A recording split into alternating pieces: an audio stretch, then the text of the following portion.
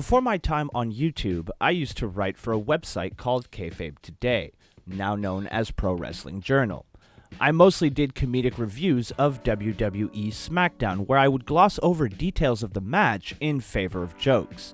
An example of this was my utter refusal to cover matches with more than 2 tag teams in them. Instead, I would go on long tangents about how difficult it was to keep track of all the people in the match. It was incredibly dumb, but it found an audience and I honestly enjoyed it, despite complaining in almost every article about how much I hated doing the reviews, a parody of wrestling fans who constantly complain about the product but keep tuning in 3 to 4 times a week. It seems like these days, every wrestling fan has a podcast, news site, or Twitter account dedicated entirely to keeping their audiences up to date with all the latest wrestling news, which they all pretty much get from Dave Meltzer, but more on him later. Most of these accounts get little to no engagement at all. And then there's Brad Shepard. I've gotten requests for videos as early as episode 3 of this series. No one has been more requested than Brad. It's not even close. Some people love him, and some people definitely don't. There seems to be no in between with Brad. In today's video, we'll dive into exactly why that is. This is the video many of you have been waiting for. This is the story of Brad Shepard.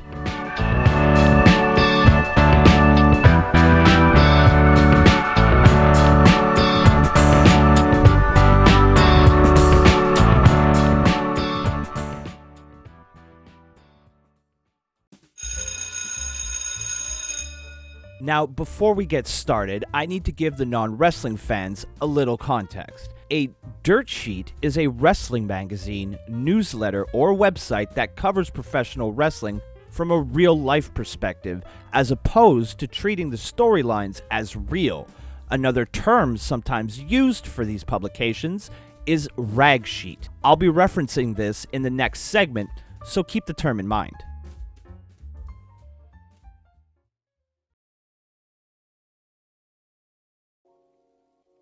In 1982, a man named Dave Meltzer began publishing a wrestling newsletter from his home in Campbell, California. Originally, it was a 16 to 24 page publication printed on 8.5 by 14-inch paper and was published roughly every 2 to 3 weeks. During the mid-1980s, Meltzer contemplated a career change. He was to be hired to cover soccer instead of wrestling and just contribute to other wrestling newsletters. In 1985, he announced that he would be ceasing publication, citing disinterest in the wrestling landscape of the time and too much time having to be spent on bookkeeping and mailing lists as the main factors in his decision.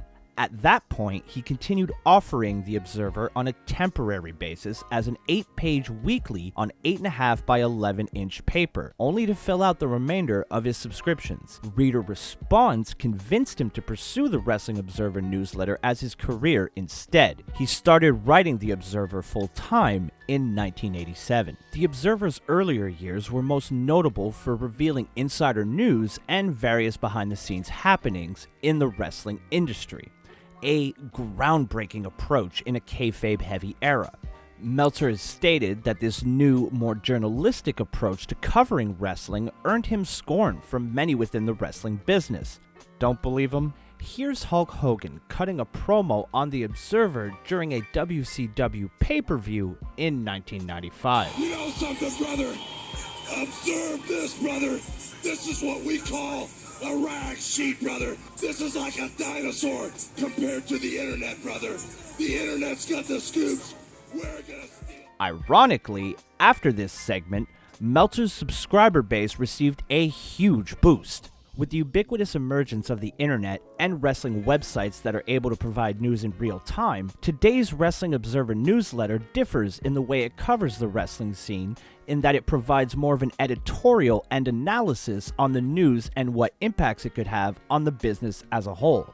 In 2001, Dave Meltzer met Brian Alvarez, the editor and publisher of Figure 4 Weekly, a newsletter that has covered professional wrestling since 1995. In an interview with Sportskeeda published on February 19, 2020, the two recalled their initial exchange. Start things off with Meltzer here. He says, "We didn't actually meet until 2001. He faxed me." Alvarez continues, "He had a spot on his 900 line open, and my 900 line had just gone out of business, and I faxed him. I said, 'You need someone new on option 4? And he goes, 'Call me back.' I said, 'Sure.' I did option 4, and then one day he called me to do a guest spot." Meltzer. "He stayed as a guest for the whole run of the show.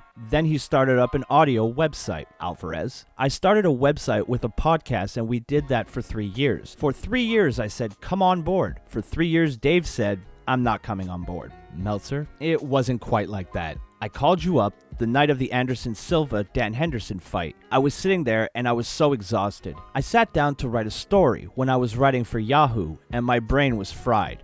I couldn't write.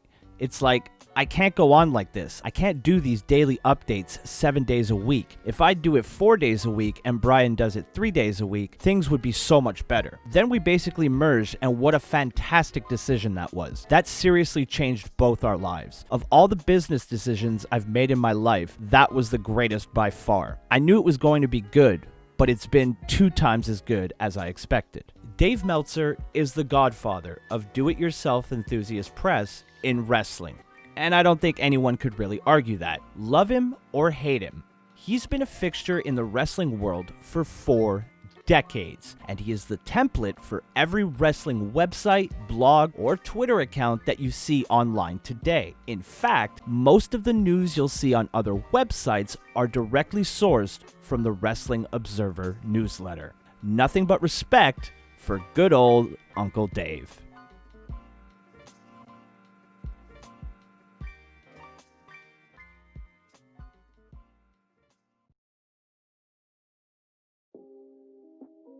Growing up, Brad Shepard loved wrestling. As a kid, he watched all kinds of wrestling promotions, such as WWE or NWA JCP. Over the years, he's added promotions like WCW, ECW, New Japan Pro Wrestling, Ring of Honor, and plenty of others to that list. His all-time favorite wrestler and childhood idol was Hulk Hogan, but he also loved guys like the Macho Man Randy Savage, the Ultimate Warrior, Jake the Snake Roberts, and Roddy Piper.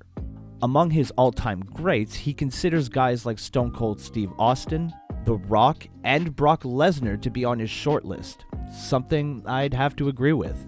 Some of his current favorite superstars are Baron Corbin and Humberto Carrillo. Brad was also a huge fan of tag team wrestling growing up, especially during the Golden/Attitude era. The Road Warriors are his favorite tag team of all time.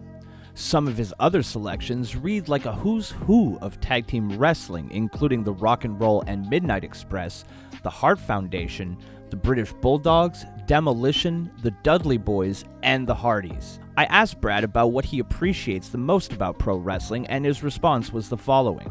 "What makes pro wrestling to me is the storytelling, the larger-than-life characters, and the emotion. One thing I'll definitely give Brad. He has life experience. The guy is far from the basement-dwelling loser some people online have tried to make him out to be." I asked Brad about his background outside of wrestling, and this is what he had to say. "I have a family and a cat which we rescued. I'm a brown belt in Uechi Ryu Karate. I served in the Army National Guard for 6 years as a chemical equipment repairer. I have a criminal justice degree, and my first career was in law enforcement. I was a corrections officer in a county jail, which housed minimum, medium, and maximum security inmates, and then a police officer and deputy sheriff. I worked patrol, investigations, and even a canine unit. I was shot at, had a gun put to my head, and was in my fair share of fights and chases. I still have nerve damage in my right leg from a wooden fence post snapping off in it during a foot pursuit of 3 people stealing a car. I experienced a lot of traumatizing things, so I don't usually like to talk about it. My law enforcement career eventually ended after an on-the-job injury. I wrecked my patrol car at 100 miles an hour. I went airborne for over 60 feet and hit a billboard sign so hard it knocked one of its metal poles in the ground out. It was like something out of a movie. I remember blacking out in the air and coming to when I crash landed. I wasn't able to walk at first. It was a pretty scary situation. I ended up with a broken back and 2 crushed vertebrae in my back, so I felt pretty fortunate to be alive. I was told I should have died based on the accident reconstruction. My injuries led to me choosing to leave law enforcement so I could be physically healthy long term. Fortunately, I'm a quick study and was able to successfully transition into a new career in the corporate business world where I still am today.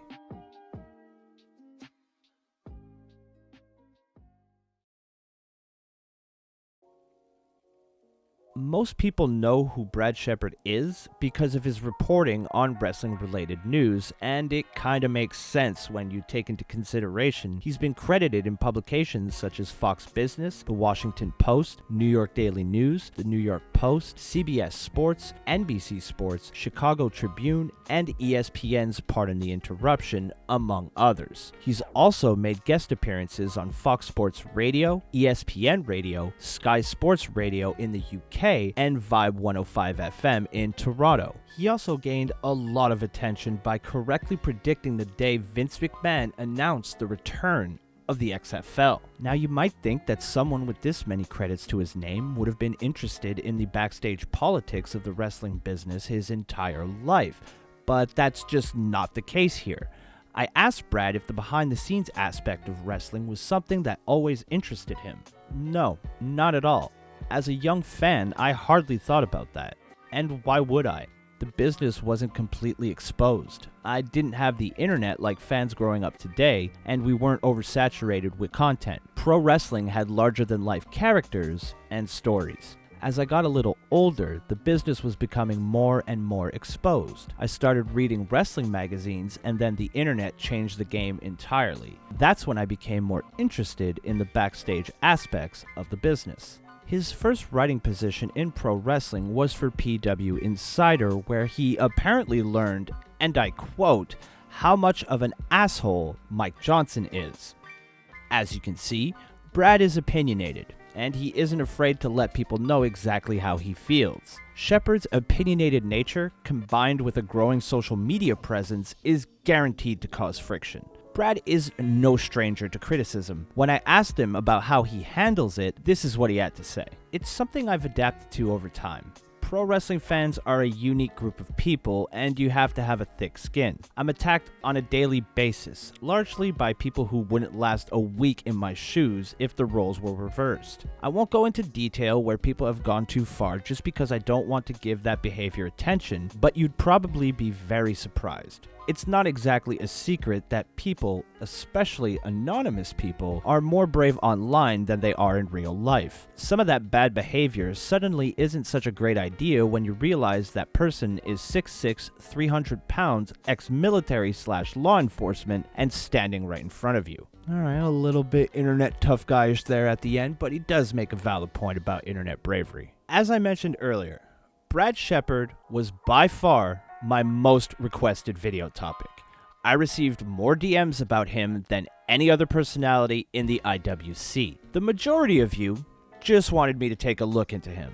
But I gotta be completely transparent here. Some of you who contacted me, you seem like you have a little bit of a vendetta against the guy. There was definitely a passionate response, to say the least. I informed Shepard of this fact, and his reply was the following. Pro wrestling fans are passionate, and I think that's a big part of the magic of the business. I think in a lot of ways, though, it's reflective of society today, and that's what we see come through in the IWC. Some people today are easily offended. They have low emotional IQs. They're less tolerant of differing opinions. It's an outrage culture. Ultimately, I'm just a guy giving his opinions on a variety of topics, including pro wrestling. If you don't like it, you don't have to read it. But I'm going to be honest with my opinions, and everybody wants honesty until they don't. So why so much anger? Why was Brad more requested than anyone else to be a topic of one of my videos? Well, let's get into that.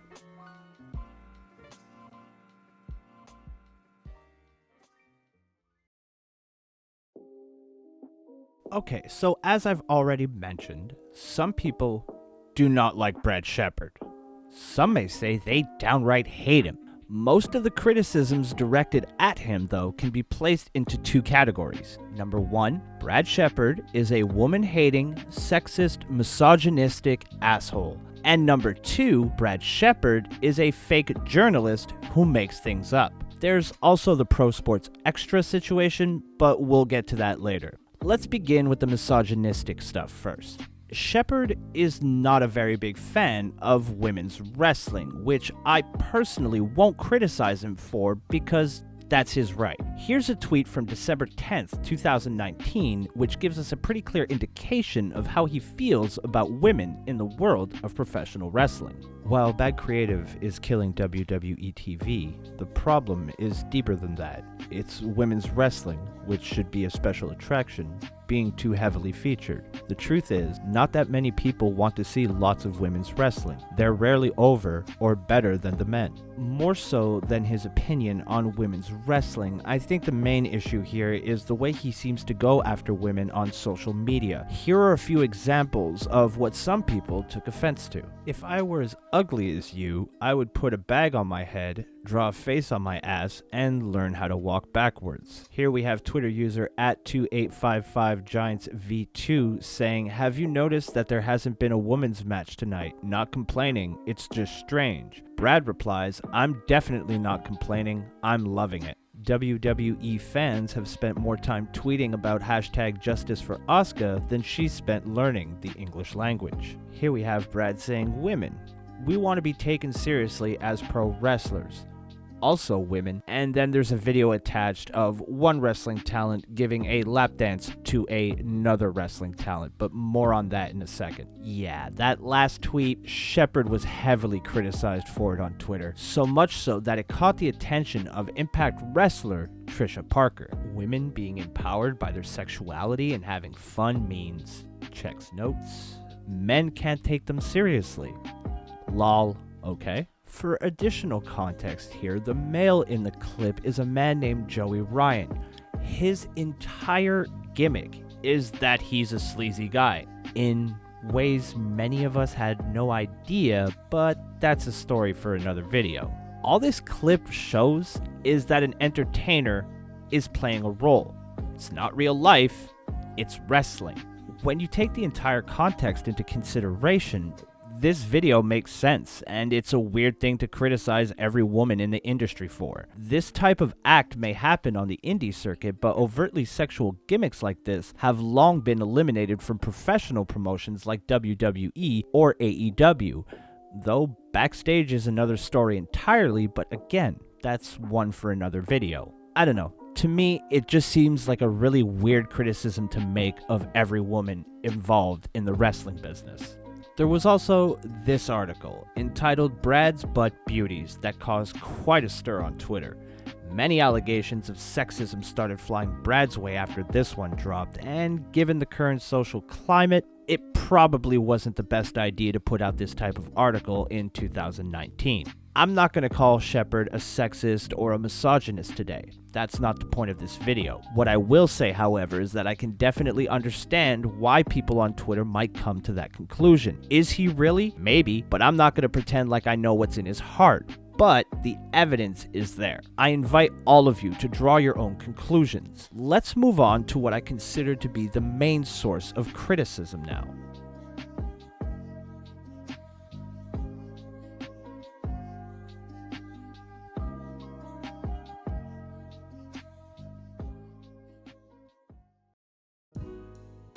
Thank you guys so much for watching part 1 of my video on Brad Shepard. In part 2, we'll take a look at the other main source of criticism Brad receives, meet some of his detractors, and cover the Pro Sports Extra situation. There's still a lot to cover here, so I hope to see you guys for part 2 next week. If you enjoyed the video and the things that I do here on the channel and you want to see these videos a little bit early, consider signing up to the Patreon. Like the video if you liked it, subscribe if you're new, and I'll see you in the next one.